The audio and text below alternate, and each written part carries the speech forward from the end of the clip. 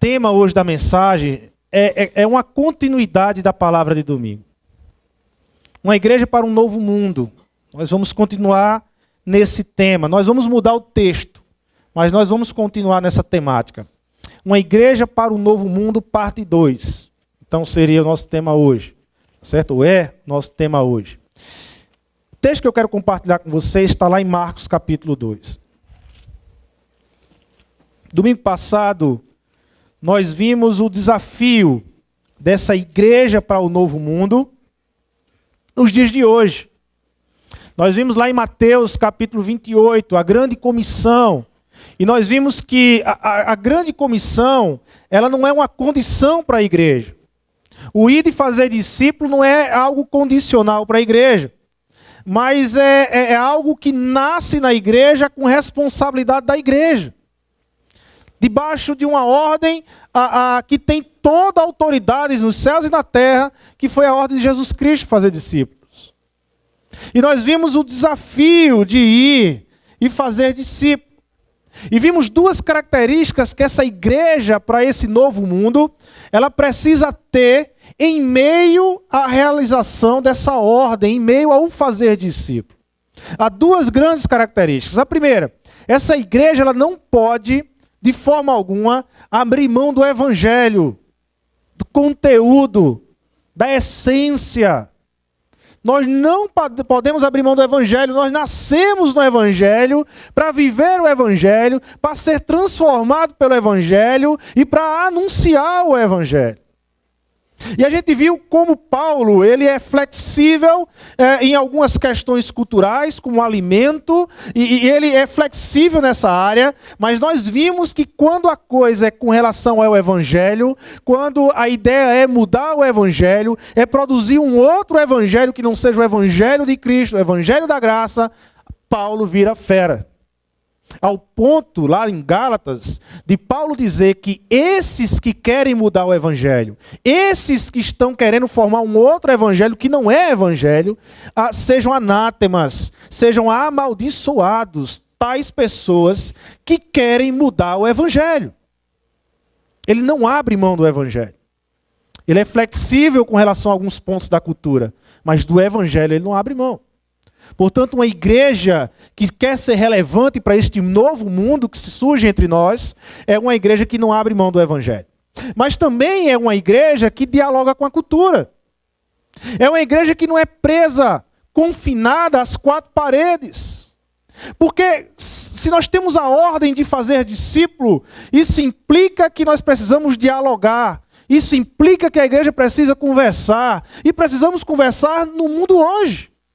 Na cultura hoje, nós precisamos ler a cultura hoje e encontrar links, encontrar pontes nessa cultura que permita com que a gente apresente a lógica do evangelho, a lógica de Jesus Cristo, a lógica da salvação que vem por meio de Cristo. Então é um grande desafio em que a igreja não pode abrir mão do evangelho, mas ao mesmo tempo ela não pode abrir mão de dialogar com o mundo lá fora, com a cultura lá fora. É vivendo lá fora que eu vivo o evangelho. Não é vivendo dentro de quatro paredes, preso, confinado numa estrutura que eu vou viver o evangelho. Mas é lá fora que eu preciso viver o evangelho. Hoje, nós vamos falar de como tudo isso se torna possível. É preciso algo novo na minha vida e na sua vida.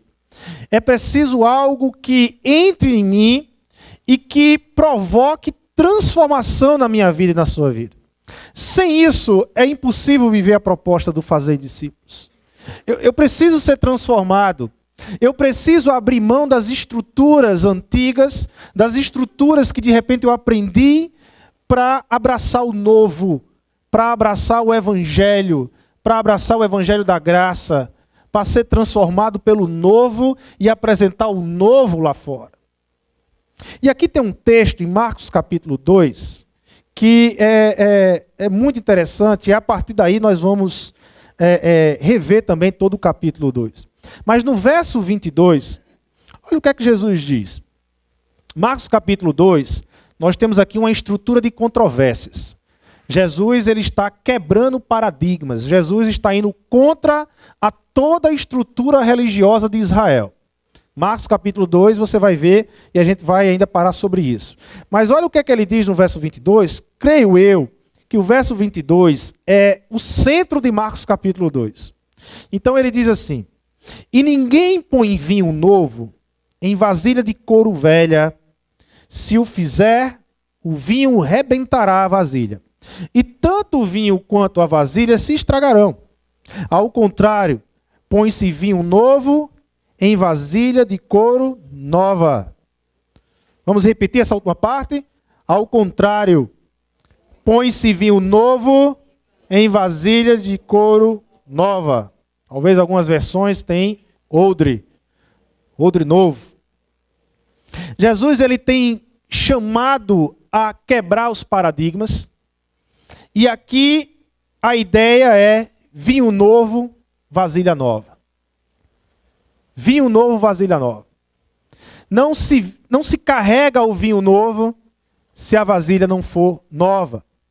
E vinho aqui é o evangelho da graça. Vinho aqui é evangelho. Jesus está falando dessa nova forma de enxergar o mundo, dessa nova perspectiva de ler sobre Deus e de enxergar o mundo. A visão judaica sobre Deus era algo que estava presa a uma estrutura muito pesada, a uma estrutura muito poluída, muito desgastada, muito materialista, muito local. Jesus está propondo algo novo, uma nova forma de você ler Deus, uma nova forma de você entender Deus, do que Deus está fazendo aqui na terra. Por isso que é vinho novo, é evangelho da graça, não é o evangelho não é a lei, não é o vinho antigo, mas é evangelho da graça. Como tomar deste vinho ao ponto dele se misturar em nossas vidas?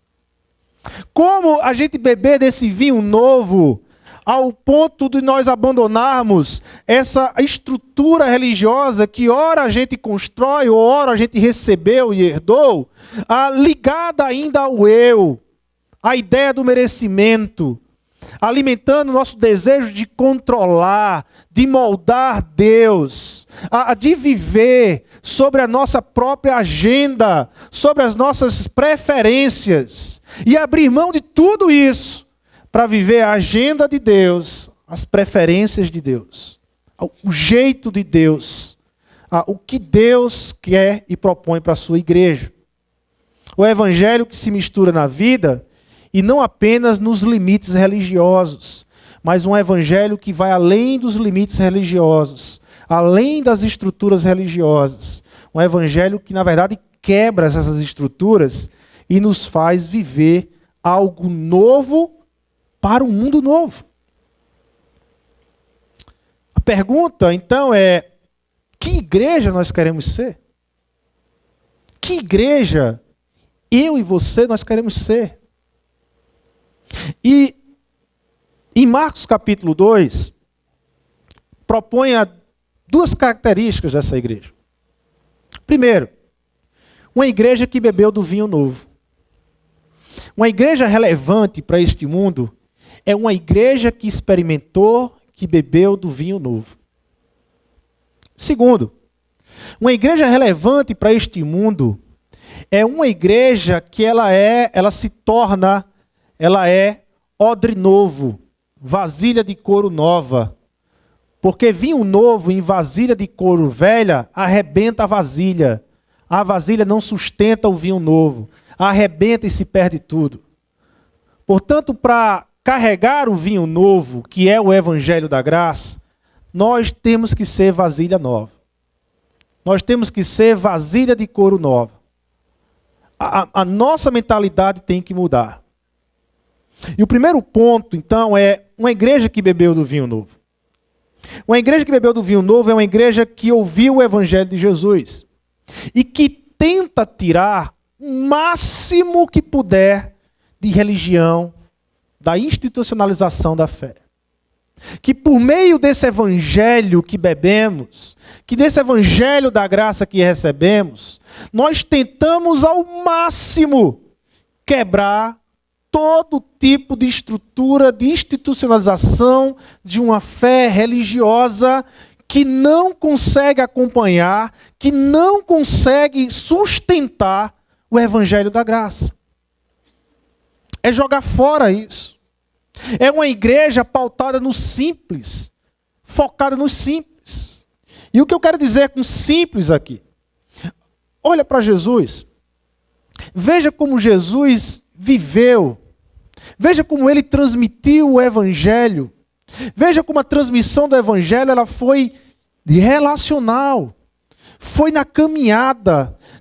Enquanto ele estava indo para a cruz, ele estava ensinando o reino, ele estava construindo amizades, ele estava construindo relacionamentos sólidos, ele estava ensinando sobre o reino. Enquanto ele estava indo para a pauta dele, que era a cruz, ele estava construindo algo novo a partir de um simples relacionamento. Se relacionar. Gostar de se relacionar com pecador. Com gente que não merece Deus. É para esses que Deus veio. Gente que não quer igreja. É para esses que Deus veio. É para esses.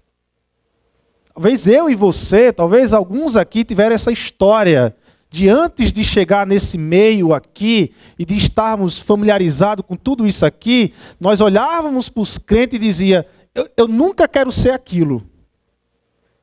Eu não quero ser aquilo. Uma certeza eu tenho. Eu vou seguir Deus, eu não quero ser aquilo. Eu não sei você, eu pensava assim. Eu nunca me imaginei entrar numa igreja evangélica. Até o dia que entrei e fui impactado com o evangelho. Mas não imaginava entrar na igreja. Uma igreja para quem não quer ser igreja. Que tipo de igreja é essa? Igreja para quem não quer ser igreja. É a igreja que bebeu o vinho novo. É a igreja que só tem para dar a graça de Deus. Mais nada. Como se precisasse de alguma outra coisa, né? A gente só consegue dar a graça de Deus. A gente só consegue passar o amor de Deus lá fora. É isso que a gente tem que dar. Veja como Jesus ele entrou, em que tipo de cenário Jesus entrou. Jesus ele entrou nesse cenário religioso, complicado, com a estrutura pesada, poluído. E no meio desse cenário, dessa estrutura toda religiosa, você imagine, sabe quantas leis o sistema religioso, os líderes desenvolveram em Israel? As 613 leis. Eram 613 leis desenvolvidas pelo sistema religioso de Israel.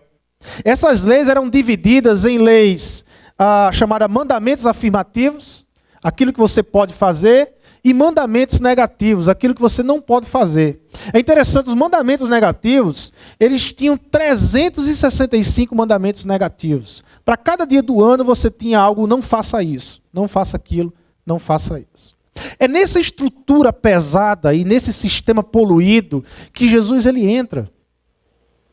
Mas Jesus é aquele que tem a habilidade do simples. Jesus é aquele que vem ensinar sobre a liberdade que o simples traz. E Jesus pega todo esse sistema de leis e ele diz o seguinte: ama o Senhor, o seu Deus, de todo o seu coração, de toda a sua alma e de todo o seu entendimento. Ama o seu próximo como a si mesmo. Aqui está toda a lei, todos os profetas. Tudo se resume a isso. Ame a Deus. Ame a Deus no seu coração. Se relacione com Deus, não a partir de interesses, mas a partir de amor. Busque a Deus porque você o ama. Busque Jesus, por quê? Porque você o ama. É amor que tem no nosso relacionamento. Entre eu e Jesus, entre você e Jesus, o que tem é amor. Não busque por interesse. Não busque para se dar bem na vida. Porque não foi para isso que Jesus veio na sua vida. Busque por amor. E em vez de querer se dar bem na vida, faça o bem na vida. Mas ame a Jesus. Ame a Jesus. E ame o próximo como a si mesmo. Trate o próximo como você gostaria que fosse tratado. Cuide do próximo como você gosta de ser cuidado. Faça isso. Esquece essas 613 leis e vivam isso. É na revolução do simples que Jesus também cita os seus discípulos. Ide, fazei discípulo em todas as nações. A ideia do ide é a ideia, enquanto eu estou caminhando, enquanto eu estou na minha casa, enquanto eu estou em refeição na minha casa, enquanto eu estou na escola estudando ou na universidade, enquanto eu estou no trabalho, ou seja, enquanto a minha vida se desenrola, faça discípulos, construa relacionamentos, apresente o amor de Deus, apresente a graça de Deus a partir de ações e de verbalização. Enquanto você faz, você não precisa parar a sua vida. Vai vivendo, vai construindo, vai estudando, vai crescendo. Mas enquanto isso, enquanto você está indo, faça discípulos. Ensine as pessoas a amar Cristo como você ama Cristo. Ensine isso às pessoas. Ensine a importância de Cristo. O pastor Marcelo ele tem falado que menos é mais. Essa é uma frase que ele usa muito no encontro CMI, para quem está chegando na igreja. A nossa igreja tem essa ideia. Menos é mais. Quanto você menos faz, melhor você faz. Então essa coisa de querer ficar em 10 ministérios, em 15 ministérios, não existe. Fique em um, mas faça bem feito. Faça de coração. Dê o seu melhor. Menos é mais. E é verdade. É verdade, e é lógico isso. Quando você olha para Jesus, você vai ver que menos é mais. Quando você olha para o Evangelho, você vai ver que menos é mais. Jesus começa com 12. E quando Jesus está andando com 12, ninguém imagina uma multidão de discípulos. Mas tempos depois, 30 anos, 40 anos depois, você tem uma multidão de discípulos. Você tem mais de 10 mil discípulos. E aí vai multiplicando e vai multiplicando. Menos é mais. Daí, nós precisamos quebrar paradigmas como Israel precisava quebrar seus paradigmas. Eu, você, nós vamos compreender Jesus não dentro de uma complexidade, não dentro de uma estrutura complexa, mas na simplicidade da vida. É na simplicidade da vida que nós podemos entender Jesus e compreender o Evangelho. Quando nós vivemos nessa uma estrutura complexa, nós não vamos conseguir entender quem é Jesus. E nós não vamos conseguir viver o Evangelho. A igreja ela é um vinho novo, mas que corre um sério risco de ser colocado em recipiente velho e romper o recipiente. Esse é o grande perigo. O vinho novo, a ideia de Jesus aqui, o que é o vinho novo? O vinho novo é aquele vinho que está num processo de fermentação. É aquele vinho que ainda está no processo de dilatação, de fermentação. É o vinho novo. A vasilha velha é aquela vasilha de couro velha que já dilatou o que tinha para dilatar. A ideia é que quando o vinho novo, que está num processo de fermentação e de transformação, entra numa vasilha de couro velha, essa vasilha de couro velha não sustenta, ela não aguenta, porque ela não tem mais para onde dilatar. E ela rompe. E segundo Jesus, você perde então o vinho novo, e você perde a vasilha, e você fica sem nada. O evangelho, o vinho novo aqui, é o evangelho da graça. E a ideia de vinho novo aqui, subtende-se que existia um vinho antigo. O vinho novo substitui o vinho antigo. Que o vinho antigo é as leis de Moisés. Essas são as leis mosaicas. Uma lei que era moral e cerimonial. Era uma lei que prescreve como eu, como judeu, deveria viver, deveria se comportar. Como deveria fazer as coisas, como deve se relacionar com Deus, onde eu devo me relacionar, qual é o lugar de adoração, quem deve coordenar as reuniões, a quem você deve ir. Era a lei que determinava tudo, era tudo amarradinho, tudo num processo amarrado. Agora eu quero celebrar a nova aliança. É o vinho novo. É Jesus que traz essa ideia. E você percebe essa substituição de toda a estrutura antiga, Jesus ele entrando como aquele que vem substituir essa estrutura. E você percebe isso no Novo Testamento, no batismo de Jesus. Lá no batismo de Jesus, quando Jesus está sendo batizado, você escuta uma voz é dita no batismo. E essa voz dizia: este é o meu filho, em quem eu tenho prazer, em quem eu tenho alegria. O que é que Deus estava dizendo? Qual era a compreensão? Agora é com Ele. Agora é Ele que é a minha alegria. É Ele que está no meio de vocês que é a minha alegria. Na transfiguração, no momento da transfiguração, você tem lá Moisés, que representa a lei. Você tem Elias da transfiguração, que representava quem? Os profetas. E você tem Jesus. E essa mesma voz vai dizer: este é o meu filho, em quem eu tenho prazer. Não é mais a lei de Moisés, não é mais os profetas que representam Elias, mas agora é Jesus. Agora é a partir de Jesus.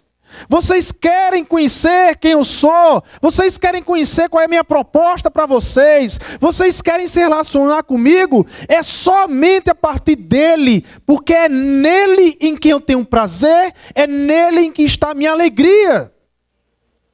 É por isso que o autor de Hebreus, nos versos 1 e 2, ele vai dizer: há muito tempo Deus falou muitas vezes de várias maneiras aos nossos antepassados por meio dos profetas. Mas nestes últimos dias, falou-nos por meio do Filho, a quem constituiu o herdeiro de todas as coisas e por meio de quem fez o universo.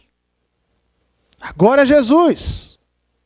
Não é mais as leis, não são mais os profetas, mas agora é Jesus Cristo. É o que Ele faz, é o que Ele fala, é o ensino a partir de Jesus. Veja o primeiro milagre de Jesus. Onde foi o primeiro milagre de Jesus? Bodas de Caná. Um casamento. Jesus é convidado e ele vai a um casamento. Nas bodas de Caná. No momento do casamento falta vinho. E Jesus manda então trazer as talhas cheias de água. Aquelas talhas cheias de águas eram águas de purificação. Toda cerimônia em Israel existiam talhas cheias de águas, porque eram águas de purificação. Havia uma lei em Israel em que você deveria estar constantemente se purificando diante de uma cerimônia. Geralmente os judeus faziam isso 7 vezes durante o dia. Então eles lavavam as mãos, lavavam os pés e lavavam os rostos. Durante 7 vezes usando aquelas talhas. Mas acontece que o vinho faltou. A alegria da festa, a alegria que o vinho traz para a festa, faltou. E entre as águas de purificação e o vinho, Jesus transforma as águas de purificação em vinho. Jesus prefere vinho do que águas de purificação. Porque é Jesus que purifica. Não é mais preciso as águas, mas Jesus Cristo. É porque as boas novas, o evangelho da graça, é como uma festa de casamento, onde o foco é a alegria da notícia. É boas novas. E a purificação? Não se preocupe, eu estou aqui para isso. Eu vou para a cruz para purificar vocês uma vez por todas. Não se preocupe. O que não pode faltar na festa é a alegria. É a alegria da minha presença. É a alegria de eu estar aqui. É a alegria que não pode faltar nas boas novas. As boas novas, elas só podem ser passadas lá fora se você pula de alegria pelas boas novas. É a alegria da graça, gente. A alegria da graça. A nova maneira de se relacionar com Deus é unicamente por meio do sangue de Jesus Cristo. Não existe nenhuma outra forma de você se relacionar com Deus, para que Deus se agrade com você, se não for pelo sangue de Jesus Cristo. Não existe. O que Jesus está dizendo em prática é: tudo que você pensar a respeito de Deus, você agora olhe para Jesus e não mais para a lei. Não é mais a lei que vai falar quem é Deus. Agora, quem fala quem é Deus é a graça revelada em Jesus Cristo. Quando tomamos o vinho de Cristo, somos chamados a rever tudo o que pensamos a respeito de Deus, de salvação, de mandamentos. Tudo o que pensávamos a respeito disso tudo. Quem é Deus? O que é ser salvo? Como chegar à salvação? Tudo isso agora tem que ser olhado e respondido a partir de Cristo Jesus. Só se responde a partir de Jesus Cristo. Só se responde a partir de Jesus Cristo. Não é que Jesus ele estava trazendo um novo significado à lei de Israel. O que Jesus estava fazendo era tomando o lugar da lei de Israel. Não é mais por lei, é por Jesus de Nazaré. É isso que Jesus está fazendo. Para suportar esta mudança de um vinho que está continuamente em processo de fermentação, crescendo dentro de nós, é preciso a gente ser uma vasilha nova. É preciso um odre novo, uma vasilha de couro nova, porque senão a coisa rompe. Nós não aguentamos, abrimos mão. E o que é a ideia de odre novo? A ideia de vasilha de couro novo? Que ideia é essa? O primeiro ponto aqui é que um odre novo, uma vasilha de couro nova, é um novo paradigma de pensamento. É uma nova forma de pensar. A cabeça muda. Quando Jesus ele chega e começa o seu ministério público, e ele começa a anunciar o reino de Deus, a primeira coisa que Jesus diz é: arrependei-vos. Arrependei-vos, no grego, é uma palavrinha chamada metanoia, que literalmente quer dizer mudar a mente. Mudança de mente. Arrependimento não tem a ver com choro. Apesar de que talvez algumas pessoas, quando se arrependam, choram. Mas não tem a ver com choro. Arrependimento tem a ver com mudança de mente. Mudança de cabeça. Tudo que você entendia sobre mundo, agora reconstrua tudo isso com a presença de Cristo, com a graça de Cristo, com a cruz de Cristo e com a ressurreição de Cristo. Tudo muda. Porque as lentes que eu vou usar agora para ler o mundo é as lentes de Jesus Cristo. É a partir de Cristo que eu vou ler o mundo. Então tudo muda. A cabeça da lei, ela não suporta o vinho novo. Por isso que Jesus vai dizer: põe vinho novo em vasilha de couro nova. Porque se não põe em vasilha de couro nova, vai derramar o vinho. É preciso vasilha nova. É preciso uma mudança de pensamento. A cabeça da lei tem em mente a justiça retributiva. Lá de Deuteronômio 28. Era uma justiça retributiva. Era a ideia de que eu cumpro, logo eu conquisto. Eu faço, logo eu mereço. Era uma ideia de merecimento. Era um relacionamento com Deus a partir de uma ideia de merecimento.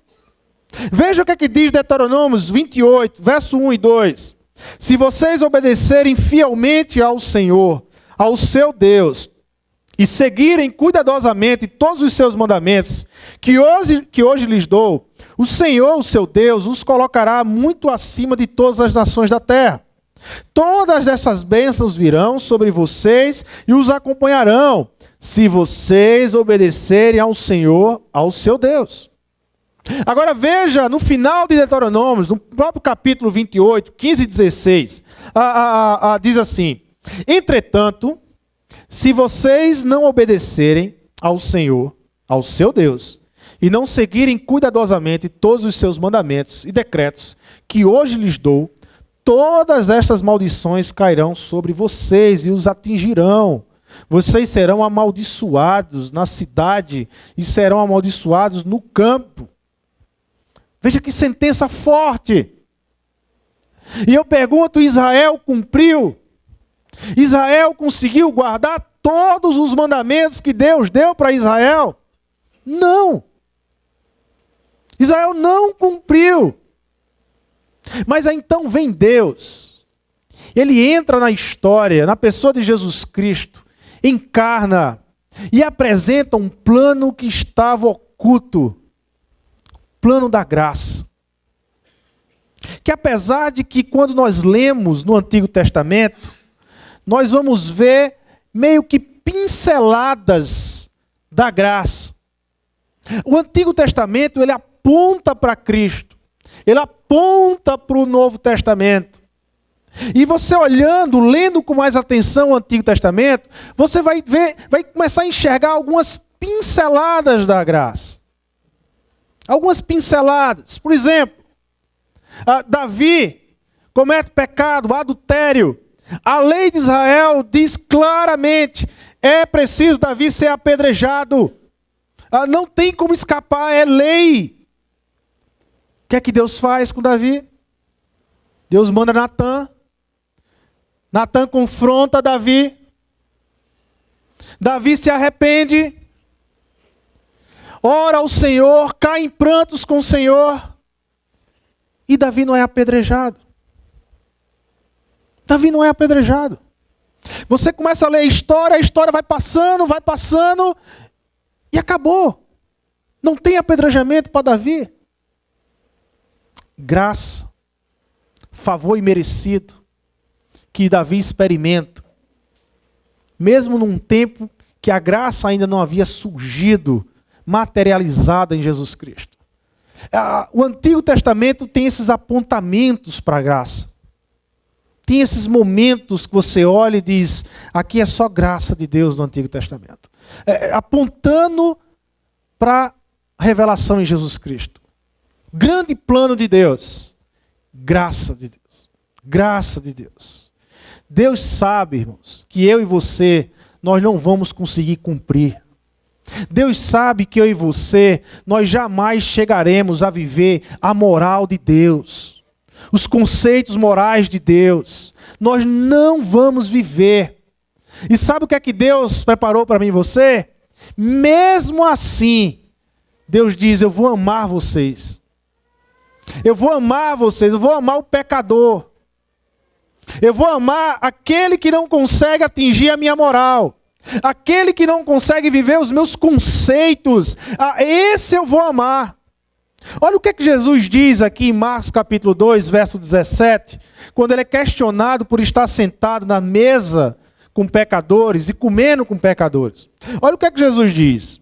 Ouvindo isso, Jesus lhe disse, não são os que têm saúde que precisam de médico, mas sim os doentes. Eu não vim para chamar justos, eu vim para chamar pecadores. O Evangelho da graça é isso. A graça é a boa justiça para quem está desesperado, meu irmão. Nós estávamos desesperados. Nós queríamos cumprir, mas nós não conseguíamos. Nós queríamos dar o nosso melhor para Deus, mas o nosso melhor é infinitamente pequeno diante de Deus. Nós queríamos viver, mas nós não conseguimos. E onde é que está a saída? Graça de Deus. Graça de Deus. A resposta de Deus para nós é a sua graça. É a sua graça. Justiça Ele fez na cruz em Jesus Cristo. E nós recebemos da cruz a graça do Senhor. Mas o Odre Novo também é uma nova dinâmica de espiritualidade. Exige de nós uma nova dinâmica de espiritualidade. Exige de nós uma mudança de pensamento, onde abrimos mão de uma estrutura retributiva, meritória, para abraçarmos uma estrutura de graça, de imerecimento e aceitar o amor de Deus, mas também é uma mudança de dinâmica de espiritualidade. A estrutura religiosa de Israel estava baseada em 4 pilares. O sábado, que era o dia do Senhor, é o sábado. O culto, com todo o seu sistema de sacrifício. Os sacerdotes e os levitas eram aqueles que representavam o povo diante de Deus. E o templo, o lugar da adoração. Mas quando acontece, o que acontece com essa estrutura? Quando chega a nova aliança. O que acontece quando essa estrutura, ela recebe o vinho novo? Qual é o lugar sagrado agora? Qual é o lugar de adoração? É todo lugar, irmãos. Todo lugar. A samaritana ela vai questionar Jesus. Qual é o lugar de adoração? É aqui no monte? É no templo lá em Jerusalém? Em que lugar nós devemos adorar? E Jesus vai dizer, olha, acabou. Agora é o tempo dos verdadeiros adoradores. Não existe lugar para adoração. A adoração ela é realizada em todo lugar. A minha casa é lugar de adoração. O meu escritório é lugar de adoração. O meu trabalho é lugar de adoração. Na escola é lugar de adoração. Os meus relacionamentos são lugares de adoração. Todo lugar é lugar de adoração. Agora é a hora dos verdadeiros adoradores. Acabou as estruturas antigas. Agora é a hora dos verdadeiros adoradores. Quem são as pessoas consagradas? Quem são aquelas que precisam nos representar? Acabou. O vinho novo, depois de bebido, acaba com essas estruturas. Não tem aquele mais ungido do que o outro. Não tem aquele mais consagrado do que o outro. Não tem aquele com mais poder do que o outro. Não tem aquele com mais simpatia diante de Deus do que com o outro. Pedro, lá em sua carta, capítulo 2, verso 9, vai dizer que todos nós somos sacerdotes diante de Deus. E Pedro está usando uma linguagem do Antigo Testamento. O que Pedro está dizendo é que todos nós nos representamos diante de Deus. Eu não preciso mais de alguém para orar por mim. Eu não preciso mais de alguém para impor a mão, achando que aquela mão vai mudar o pensamento, vai ser mais poderosa. Não! Acabou! Todos nós somos sacerdotes. Todos nós estamos na presença de Deus. Eu, pastor, é apenas uma função aqui na igreja, mas sou pecador tanto quanto você, carente da graça tanto quanto você, meu irmão. Não há mudança nenhuma, não. Na cruz, todo mundo é igual, todo mundo é carente, todo mundo precisa da graça. Senão não dá para andar. A gente não consegue andar e nem consegue cumprir a missão de Deus. Se a gente ficar olhando o tempo todo para a gente e para as mazelas que a gente tem, a gente não caminha, não anda. É isso.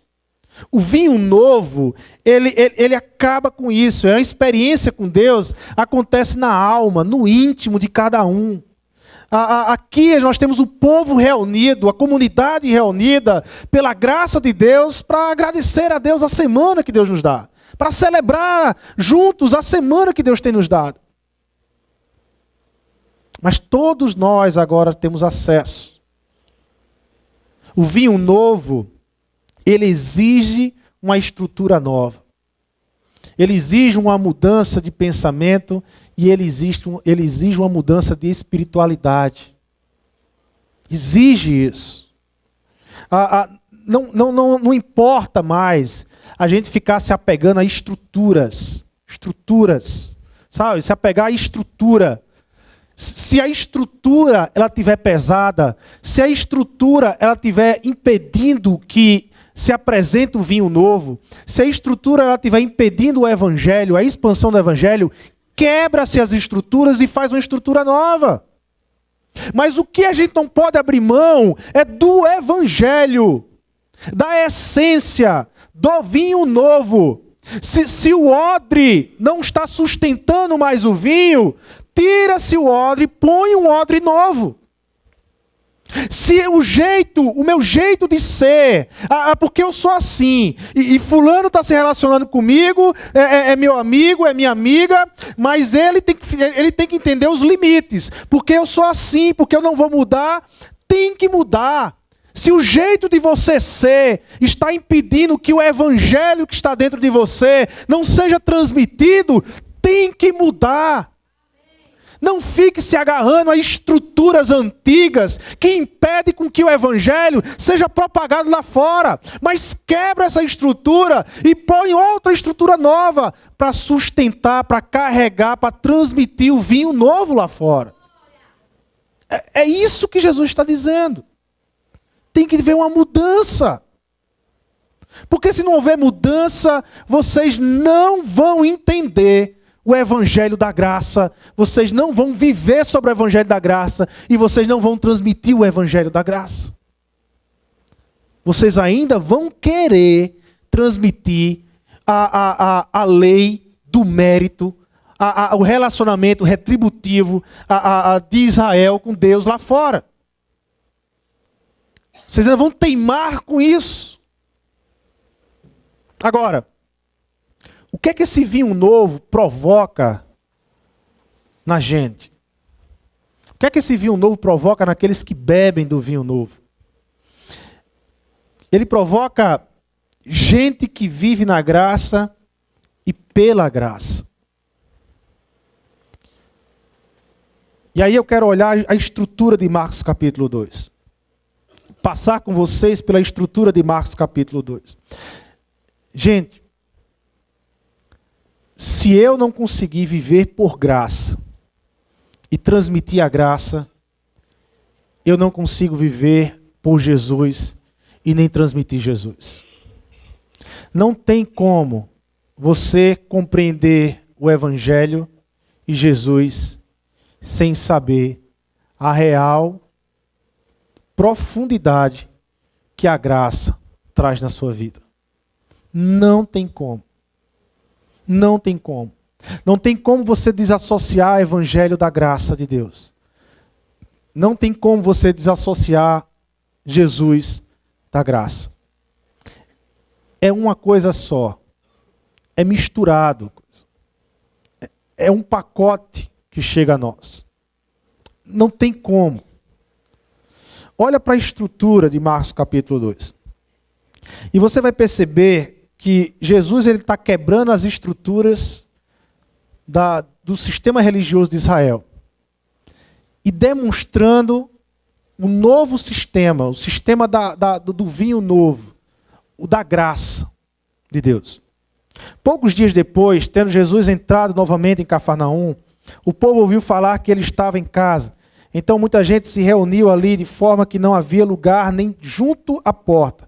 E eles lhes pregavam a palavra.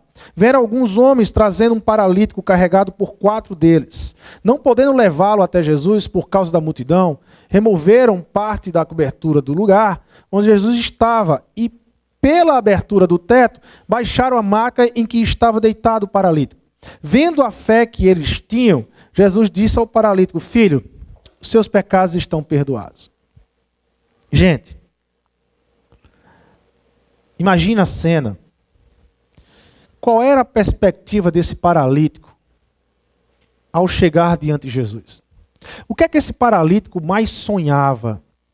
O que é que ele mais queria em sua vida ao chegar diante de Jesus? Ele queria andar. Ele queria voltar a sentir as pernas dele. Voltar a andar significava voltar a dar sentido para a vida para o paralítico. Voltar a andar significava a própria dignidade de vida do paralítico. Voltar a andar para aquele paralítico era a salvação da vida dele. Era a partir dali entender que existe vida. Era que a partir dali ele poderia agora viver finalmente. Isso representava voltar a andar para aquele paralítico. Mas o que é que Jesus faz então? Filho, estão perdoados os teus pecados. Jesus, ele não cura o físico. Porque Jesus está apresentando àquele paralítico uma graça mais profunda. Não era uma graça temporal. Não era uma graça apenas externa, física. Mas Jesus estava falando para aquele paralítico que o ser humano necessita de uma graça mais profunda. Que só existe um Salvador, que só existe uma pessoa que pode dar verdadeiro sentido para a vida, que só existe uma forma de você viver sem o peso que a vida lhe traz, é recebendo o perdão de Deus, recebendo o perdão do Criador. Você quer ser livre? Você quer experimentar liberdade para valer? Aceite o perdão de Deus na sua vida. Não existe situação mais libertadora do que essa. O paralítico, ele queria algo momentâneo. Lógico. É conveniente para o paralítico o que ele queria. Mas o que Jesus estava apresentando era isso. O que Jesus estava dizendo é que, olha, presta atenção. Eu curar tuas pernas, você vai voltar a andar. E você vai ter uma grande felicidade hoje. Talvez alguns meses, talvez até alguns anos, você vai ser feliz. Mas depois disso, a tristeza vem. Depois disso, a realidade da vida vai lhe cobrar. E se você não tiver o meu perdão, você vai voltar a ser triste, com as suas pernas, mas triste. É isso que Jesus estava colocando. Que existe uma necessidade de graça mais profunda. Jesus pega a necessidade de graça transitória, da graça física, e apresenta a graça mais profunda, a graça eterna, a graça que só é alcançada com o perdão de Deus. Como igreja nós temos esse desafio, meus irmãos. O mundo lá fora está repleto de necessidades. Certamente vai cruzar pessoas no seu relacionamento que vão precisar da ajuda de vocês, de vários tipos de ajuda, de ajuda de alimento, de ajuda emocional, de ajuda, e que a gente vai ter que ajudar, como igreja a gente tem que ajudar. Mas nós não podemos perder a oportunidade de, ao apresentar uma graça transitória, de ao chegar com uma graça transitória, a gente apresentar essa graça que é mais profunda, é uma graça eterna, uma graça que vai dar liberdade para essa pessoa para o resto da vida. Para o resto da vida. Jesus, ele é sempre mais profundo. E nós precisamos, com a igreja, ser mais profundos. Agora veja, Marcos capítulo 2, o 13. Jesus saiu outra vez para beira-mar. Uma grande multidão aproximou-se e ele começou a ensiná-los. Passando por ali, viu Levi, filho de Alfeu, sentado à coletoria, e disse-lhe: siga-me. Levi levantou-se e o seguiu. Durante uma refeição na casa de Levi, muitos publicanos e pecadores estavam comendo com Jesus e seus discípulos, pois haviam muitos que o seguiam.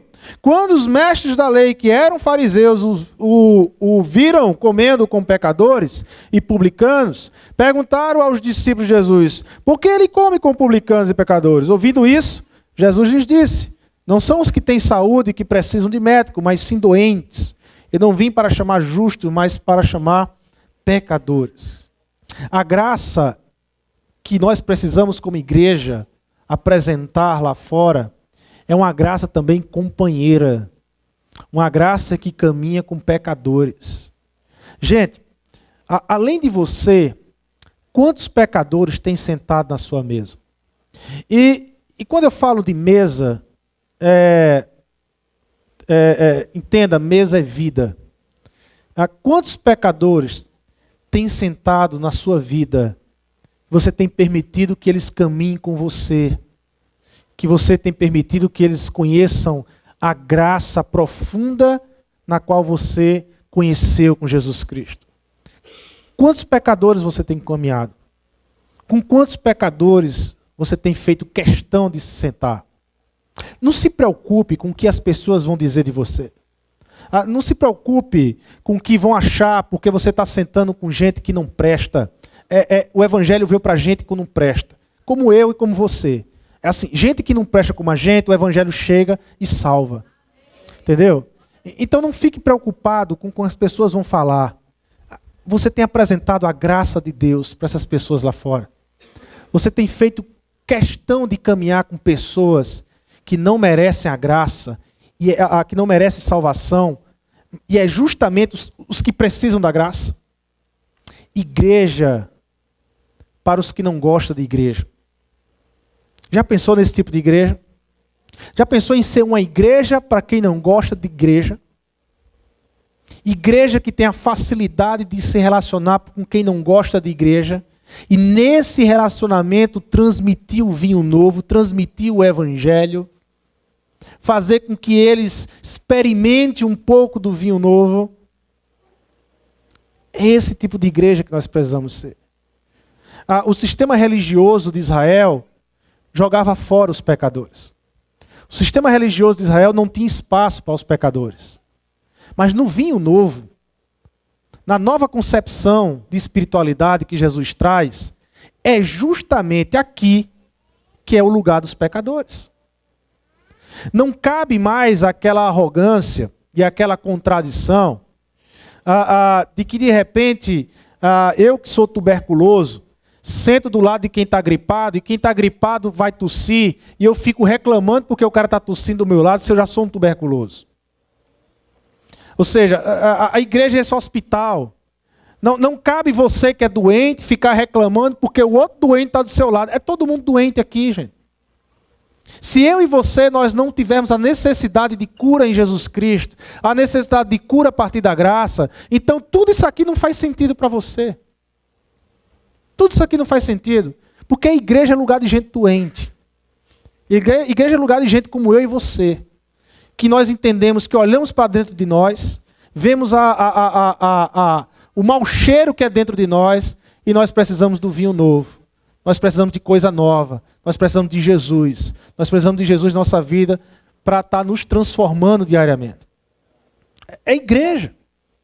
Igreja é lugar de gente assim. Um outro ponto. Marcos capítulo 23. A gente entra na questão do sábado, quando Jesus está quebrando a ideia do sábado. Certo sábado, Jesus estava passando pelas lavouras de cereal. Enquanto caminhavam, seus discípulos começaram a colher espigas. Os fariseus lhe perguntaram: olha, por que eles estão fazendo o que não é permitido? Ele respondeu: vocês nunca leram o que fez Davi, quando ele e seus companheiros estavam necessitados e com fome? Nos dias do sumo sacerdote Abiatar, Davi entrou na casa de Deus e comeu os pães da presença, que apenas aos sacerdotes era permitido comer, e os deu também aos seus companheiros. E então lhes disse: o sábado foi feito por causa do homem, e não o homem por causa do sábado. Assim, pois, o Filho do homem, ele, Jesus, é Senhor até mesmo do sábado. A graça, ela nos leva ao verdadeiro descanso. O sábado aqui, a palavra sábado no hebraico é Shabbat, quer dizer descanso, descansar. E está ligado diretamente a muito próximo da palavra shalom, paz. Shabbat, shalom. Estão muito ligadas essas palavras. A ideia de uma paz profunda. A ideia, o significado de um estado de integridade e abundância profunda na vida do homem e do ser humano. Quando Jesus está dizendo aqui que ele é Senhor do sábado, ele está dizendo literalmente que ele é sábado. Eu sou o sábado. Eu tomo o lugar do sábado. Vocês querem encontrar descanso?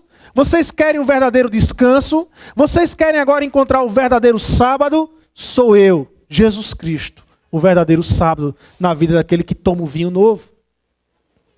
Esse é o significado.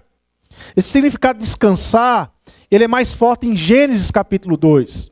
Porque ele nasce ali. Toda a estrutura de descansar nasce em Gênesis capítulo 2. Quando você tem a criação do mundo e no sétimo dia Deus descansa. Mas não é que Deus está cansado, porque Deus não se cansa. A ideia é Shabbat. A ideia é de algo que você fez e se sentiu totalmente realizado e descansado por aquilo que você fez. Né? Quem aqui já passou e já fez TCC? Né? Já fez algum TCC na vida? Né? A irmãozinha levantando. Você já notou assim, no final da obra concluída, quando tudo acaba, que você entrega e pronto, aquela sensação do seu corpo despencar, aquele descanso, aquele ufa, terminei, está aqui, está pronto. Ou quando você está fazendo qualquer serviço, que você... pronto, é o sentimento de Deus ali em Gênesis capítulo 2. Ele constrói tudo, ele cria tudo. E ele olha para a criação e ele diz, agora eu descanso. Eu estou satisfeito do que eu fiz. Olha o que eu fiz. Olha a beleza com que eu criei. Estou satisfeito. É um estado em que você não precisa mais correr para provar nada.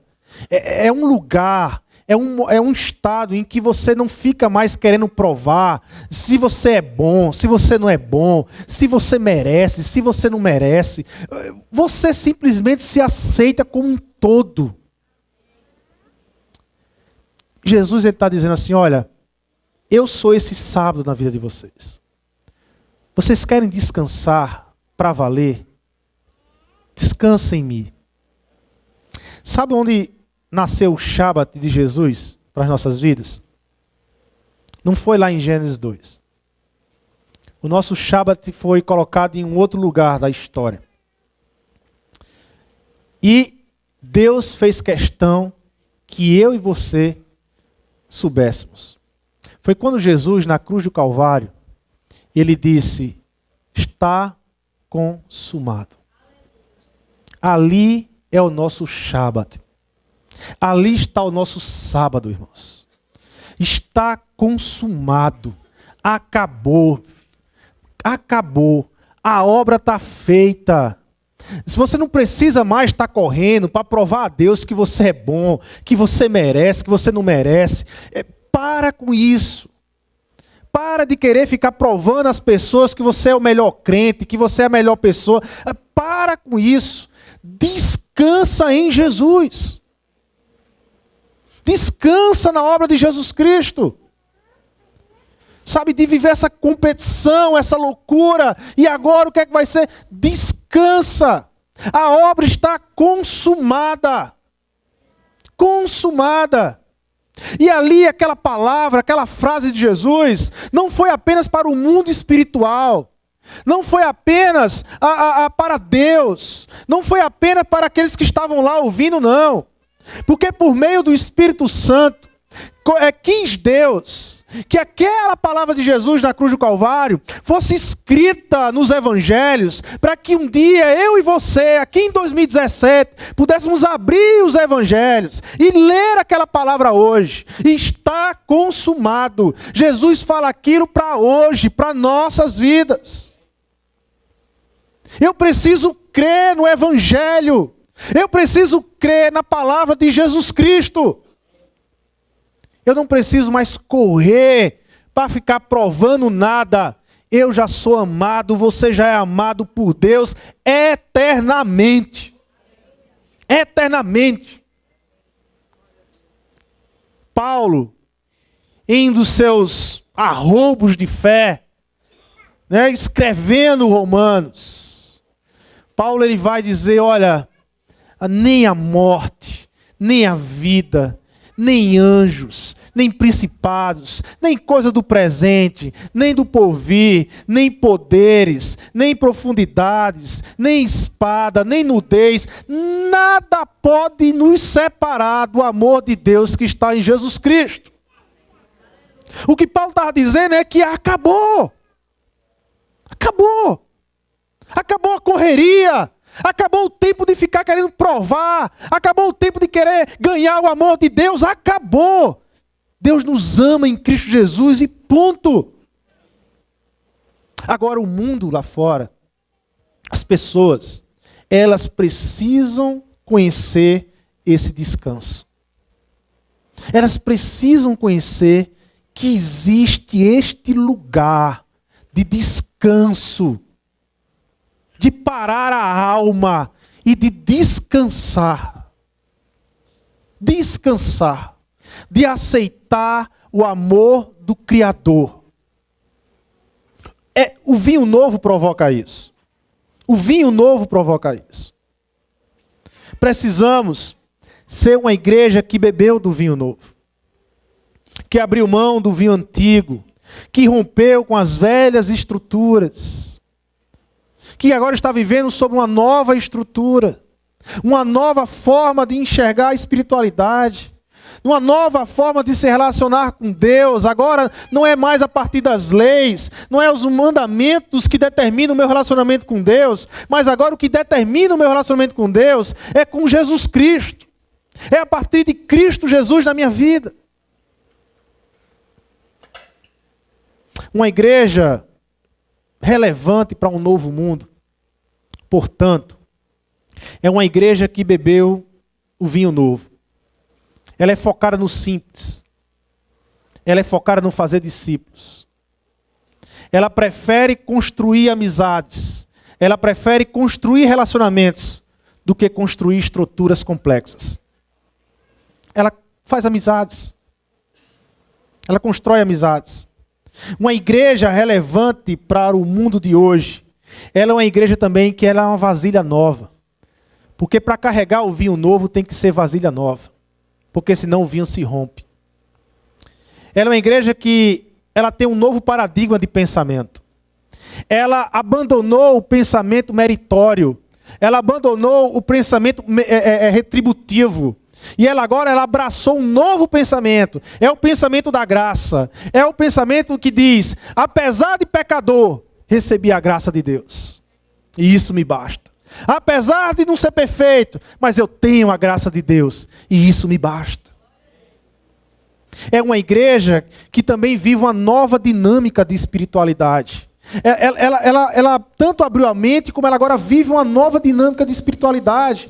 Não tem mais esse canto de lugar de adoração. O lugar é todo lugar. É onde eu estiver, campo de adoração. Não tem mais aquele que me representa diante de Deus. Eu me represento diante de Deus. Eu vou buscar o Senhor através de Jesus Cristo.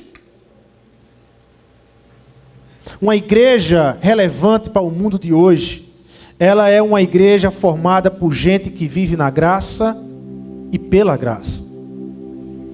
Pessoas que transmitem a graça mais profunda lá fora. Pessoas que fazem com que as outras reflitam na necessidade de uma graça mais profunda. De receber o perdão de Deus. De aceitar o perdão do Criador. Uma igreja que transmite uma graça mais companheira. Que se relaciona com pecadores. Que não tem medo de andar com pecadores, porque entende que ele é um pecador abraçado pela graça, e que é justamente para pecadores que a graça veio e foi revelada na pessoa de Jesus Cristo. Uma igreja para um novo mundo é uma igreja que transmite um verdadeiro descanso para a alma aflita. Gente, as pessoas estão cansadas. As pessoas estão cansadas de viver a vida que elas levam. Igreja, nós temos a resposta para o descanso delas. O descanso delas é Jesus Cristo. O sábado dessas pessoas é Jesus Cristo. Eu preciso transmitir isso. Mas às vezes eu preciso me encontrar nisso.